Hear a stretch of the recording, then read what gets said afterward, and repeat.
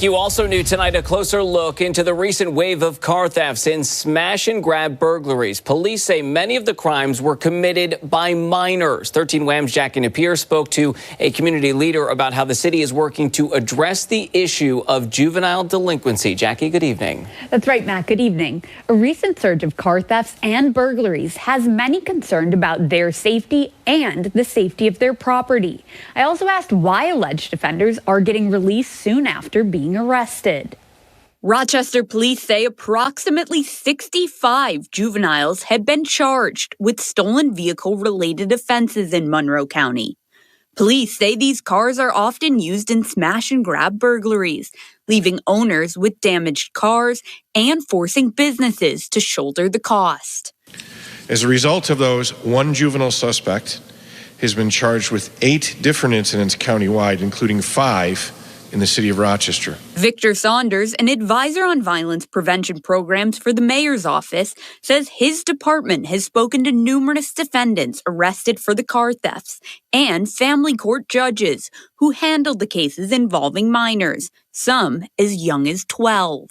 For a lot of these young people, they stated just something to do. Criminal defense attorney Jacob Ark says because of New York's bail reform laws, judges do not have much discretion on whether or not they can hold non-violent offenders, no matter if they are a juvenile or an adult. Stealing a vehicle that's parked on the street, and they're not confronting anybody, going through a storefront or going to a store that's not occupied at the time, those would be considered non-violent felonies. Saunders says the mayor's office has implemented several programs to help curb juvenile delinquency. He fears it's only a matter of time before someone gets seriously injured or worse. The risk of somebody stealing a vehicle and driving so recklessly that the police can't even chase them, an opportunity for an accident or something like that is prevalent. So it terrifies me, the risks that are being taken in the community by our young people, not only for what can happen to them, but what can happen to our other innocent family members.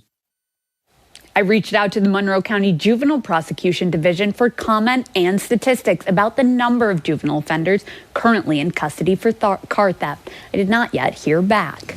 Tonight, victims of a rabid fox attack in Brighton are speaking out about the frightening incidents. I don't know where it came from, either over there, this way when it was like going hunting. Just don't know where. Right now, I won't walk out my front door again without that fear of something coming at me.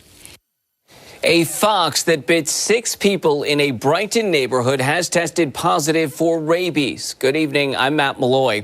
Monroe County health leaders alerting those victims and anyone who had contact with that fox to see their doctors. Carla Rogner spoke with neighbors concerned about the fox before these attacks. Carla, good evening. Yeah, good evening, Matt. Several people say they had noticed the fox acting increasingly aggressive in the days leading up to the attacks, and they reached out to animal control for help, but they were unable to find the fox until it was too late.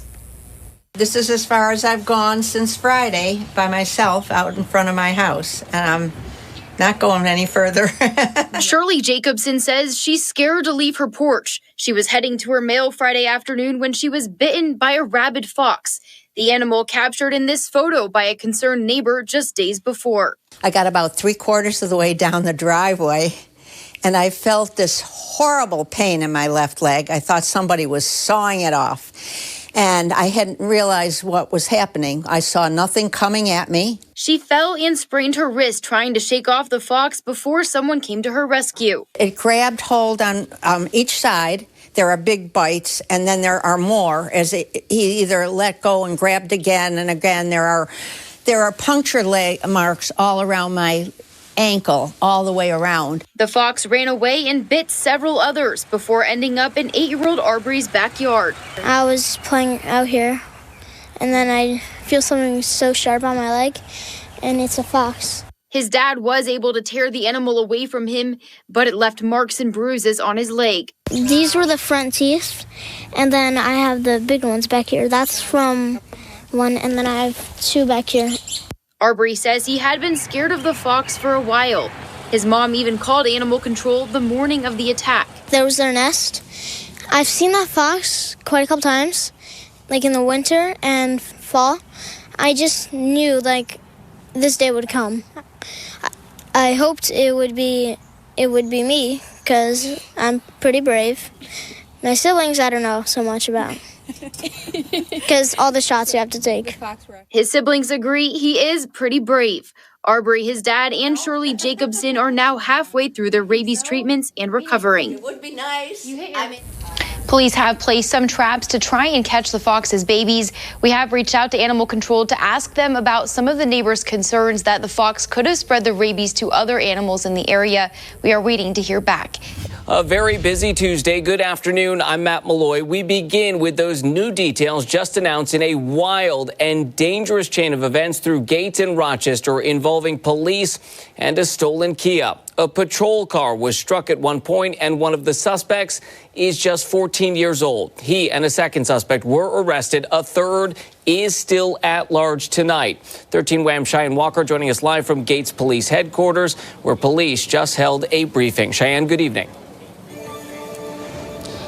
Good evening, Matt. Police say it all began this morning with a 911 call of two individuals stealing a car. The report came in of a vehicle doing donuts in the middle of the street on the 1900 block of Chilai Avenue.